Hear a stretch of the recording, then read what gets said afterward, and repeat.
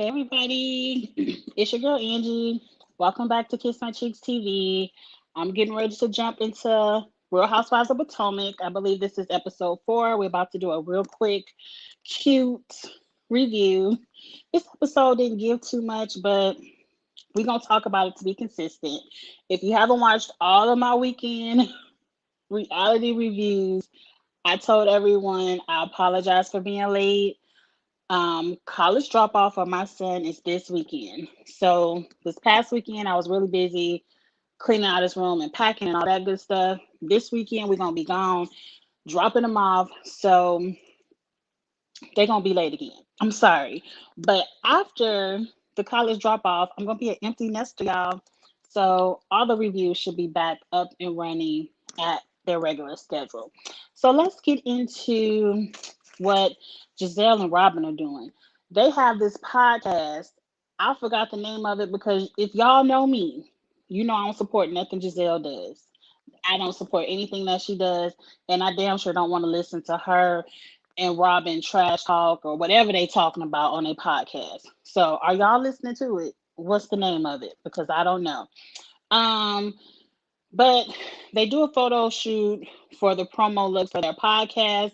Giselle looked cute, but plain, but still cute. And Robin just look a mess as usual. Um, they in there talking about Jamal. Why are you still talking about Jamal and the pandemic ruining your relationship, girl? Your relationship was ruined before season 5 even aired. They was calling that shit fake all the way back then. Giselle, you need a better storyline. Quit talking about Jamal. Um, they talk about Mia's clit again. It's like y'all have nothing else better to do. Like y'all storyline every season is literally to talk about everybody. It's like every conversation Giselle has had, she talk about Mia's clit. Like she want to lick on it or something. Why do you care what this girl has done to her body? Like you had to tell Ashley, you got to tell your hairstylist, you had to talk to it about Robin. Worry about your own clit, ma'am. Oh, I can't stand her. But anyway, Robin and Giselle decide like, oh, we really didn't get to know Mia that well, and Karen is controlling her. I don't think anybody controls Mia. Um, but let's invite her out to drinks. But we're gonna say without Karen. And to me, that was shady. And the response that Mia gave you was warranted because you didn't have to say without Karen. You could have just said, hey, Mia, girl, we really want to get to know you. We haven't had a chance to sit down one on one and talk to you. How about we just, me and you meet up for drinks? You ain't have to say without Karen. But anyway, let's move on into the episode. Ashley and Michael go out to dinner or whatever. Ashley is so pregnant. I know you trying to make these coins, girl, but they would have just had to film me in my house. But anyway, they went out to I forgot where they went. But Michael discusses with Ashley that he wants to invest in movies. And then what made me laugh is Ashley's like, hold up. You got 2 kids and we got an inheritance to protect. You can't be out here spending up my baby's inheritance. You ain't about to go out there and spend up my alimony payments. I don't know how much longer Ashley's gonna be with Michael, but he ain't about to waste all his money on these movies. Ashley was like, you got to save these coins for us. And that was pretty much all I pulled from the Ashley and Michael segment. I know we saw them again at the end of the episode where Ashley went into labor and she was crying. She was emotional. She didn't want to leave baby D. I understand all those emotions. And congratulations on having a baby girl. But we can tie Ashley up in a bow. Karen had a real cute conversation with Raven. Raven, you go girl, graduated from college, moved to NYC. She's some kind of corporate executive. That title is very vague.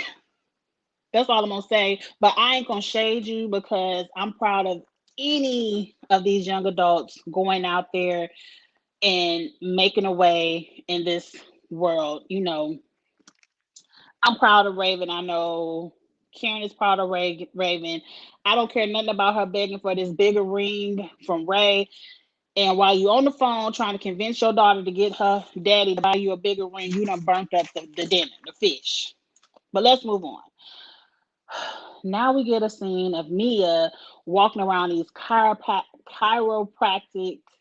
facilities, whatever they are, joint services. I don't know. I ain't write down the name. Mia, stop it. Just stop it. Mia ain't do nothing there but look at one cabinet. Oh, your organization is popping over here. Oh, why don't you put these flyers in the front where the flyers look better in the bag? Girl, go sit down and take that boy to basketball practice. I ain't then believing Mia running these things more than I'm running them. And I got more experience. I could probably do it better, G. But let's move on. Mia get a better storyline. I'm tired of you talking about running these businesses. Mia tell the husband she can't drop the boy off at basketball practice. She got meetings and whatnot. I don't know what you're meeting about, but let's just move on. I personally don't have a problem with the mom not being able to drop the boy off at the practice. As long as she make it to the basketball game, she should be all good, because it's not like she the coach and she really spending time with him while he at practice. He out there on the court practicing. That ain't a mommy son bonding time anyway. He practicing. But let's move on from that. Something about training. Oh, they was outside working out in the cold, and that was quite boring. So let's fast forward through that. We get to a conversation with Karen and Mia, and this is pretty much the conversation for the rest of the episode. These damn text messages where Giselle told Mia, "We want to go out to drinks with you. Don't bring Karen, without Karen." Mia got offended by that because she felt like you can't dictate who I can bring to and from where and how and why. I honestly feel like Mia was never going to invite Karen. I honestly feel like Mia is not manipulated by Karen. Mia is playing the reality show game. This is her season 1, and she's doing too much. But I still like her. Mia gonna text Giselle back, "There's nothing I need to talk to you about outside of business. So if you still need to talk to me, go ahead and call my assistant and she'll put you on my schedule." That was very shady. That was very shady and funny, and to me warranted. It's like, bitch, because what Giselle said was too much. Giselle said too much, so Mia said too much. And I ain't mad at it. And then here go Robin talking about, "Mia, what you said was very rude."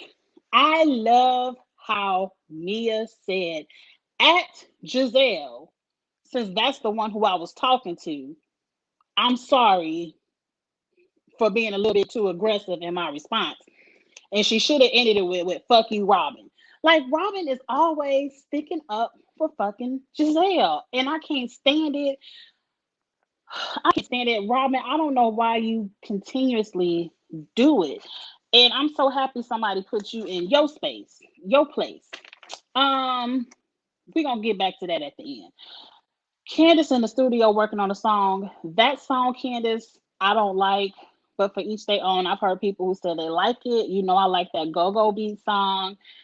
Did you say the album was out? Because for some reason, I keep seeing you talk about it on Twitter, but I don't know if it's out or not. I guess I ain't pay that much attention. I am going to give it a listen because I do think Candace is very talented. And Candace is someone I don't mind supporting. We see Grace go take her driver's test for the third time, and she failed for the third time. Girl, I ain't mad at you. Everybody failed. Everybody I know around the time my son took his driving, just the written part, everybody felt that shit the first time. My son passed it on his second time. And I know people who felt it 2 or 3 times as well. Girl, you gonna get it. You gonna get it. Because even back in the day, I passed my written part, but the very first time I had to do the driving part, my ass, this is back when you had to know how to parallel park. So, you know, this was back in the day. And my ass ran up on this curb. I can't parallel park to this damn day. And I failed the driving part the first time. So it's okay, girl. But them damn twins in the back snickering and trying their best not to bust out laughing at Grace's ass. That was funny. I do like Giselle when she around them kids. Those kids entertain me. But girl, you'll pass it next time. Let's get to the pajama party. So at the pajama party, Candace says everybody got to take this fireball shot to come in the house. Karen didn't take her whole shot. I think Karen has learned this season 6. Don't get drunk around the cast. Get drunk in your house. Drink at home because you talk too much when you drunk and they just spray you with your own tea. So drink at home. And I ain't mad at you, Karen. I ain't mad at you. I want to taste some of this fireball because everybody is talking about drinking it. And I guess it's a shooting drink. I'm gonna have to taste it and see what it's about. I don't mind a nice drink at home either. I'm about to have one as soon. Matter of fact, my son didn't take my car. I'm about to go get me some Stella Rose as soon as I get up off of this live. Um Karen asking Robin more about this wedding. Karen, mind your business when it have to do with Robin wedding because you know it's more stuff you could read Robin on. Robin can be read many different ways. Leave her alone with this wedding because I don't believe she and her and Juan are gonna get married anytime soon, if at all. If at all. And let's leave that where it is. Robin then says, "Shut up, Karen. She don't want to have no super spreader event." It sounds like she been watching Cynthia over there on on Atlanta talking about a super spreader, but I don't care nothing about neither one of their weddings. I don't want to see neither one of their weddings on the show. Did Candace forget to invite Ashley? I wouldn't invite Ashley. One, Ashley is too pregnant to walk up all them damn stairs to get to Candace's house. Two, Ashley acted an ass and Candace had to throw a butter knife at her ass the last time she was in her house. So yeah, Ashley can stay at home. Um, Wendy comes in and show off her BBL. I'm not mad at it, Wendy. If I ever get a BBL, and I probably ain't gonna never get one, but if I did, I would show the shit off too. So I ain't mad at you, Wendy. Mia arrives and they talk more about this text, and then here comes Robin 2.0, which is a scholar. And a scholar, see, I liked you last week. See, this week you got on my nerve. You want to jump in and say, I just want to say, Mia, that text message was rude. But bitch, just like she ain't sending shit to Robin, she ain't sending shit to you either. So why should you care? You shouldn't get hit with the rude text message because it wasn't sent to you. Anyway, so Mia jumps out, well, how many business do you have? And then the scholar said, I got plenty of businesses. But you noticed the one with the least amount of businesses got the angriest. You noticed a scholar didn't get upset. She was just like, I got a whole bunch of businesses, bitch. What that got to do with anything? But you see the one who had the least, who the shade wasn't even directed at you, Robin, but you just went out there and grabbed that shade because it hit you in the gut. Like, bitch, I ain't got no business. What does it got to do with anything?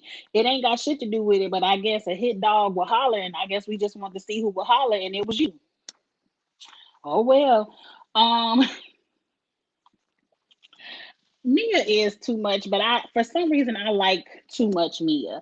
Um, Mia, one thing about this, I'm going to tell you about this, who all got a business in the room.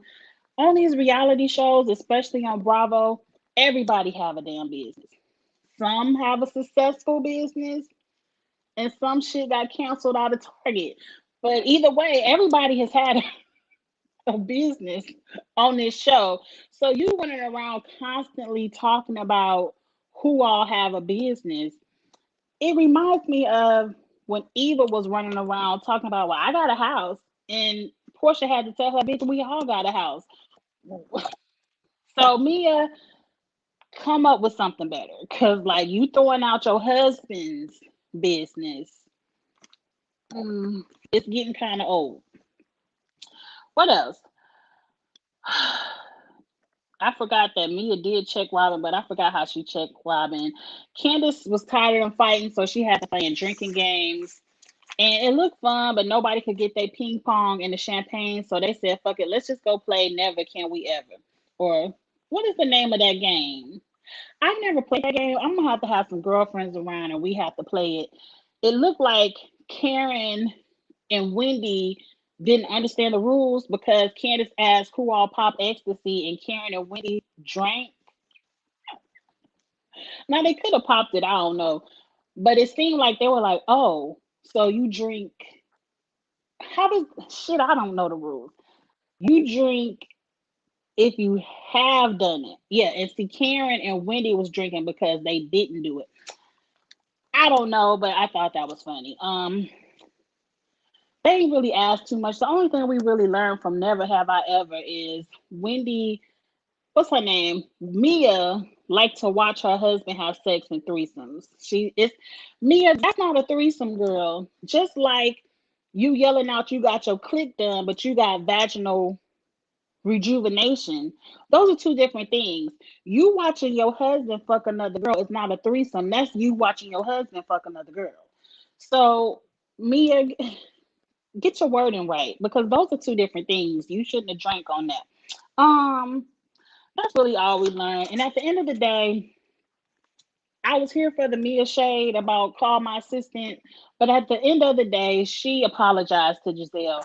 I wouldn't apologize to Giselle's ass. I would have said I said what I said. See, that's why we need Nene back. We need some Nenes around because I would have told Giselle I said what I said. And here go Giselle. Well, just make sure you never talk to me like that again. And I was like, well, bitch, don't tell me who I can and bring the drinks again. Like it would have been some never ever do this again on both sides. Or Giselle would have got cussed out. But I don't like Giselle, so that's where I get most of that from. But that's the end of the episode. Next week looks like they're going on some kind of vacation. Candace sets up and the house looks beautiful. I can't wait to see what they get into next week. And next week is the episode where Karen looks at Giselle like, you talking to me? I can't wait to see Karen do that. I'll be excited for people to check Giselle. But anyway, like, comment, and share. If you didn't see the beginning, know that college drop off is this weekend. I will be an emotional mess, but I'm gonna get through it. But the review is gonna be late because we're gonna be out of town dropping my son off at college. So please be patient. Thank you so much for your love and support. I will have the review up, but it will be a little bit late because I probably won't be back in town until Wednesday. So yeah, it's gonna be late. Other than that, like, comment, and share. Get in the comments. Let me know what you thought about this week's episode. And I will see you all next week for the You Talking to Me. I can't wait for that. Anyway, see y'all later. Bye.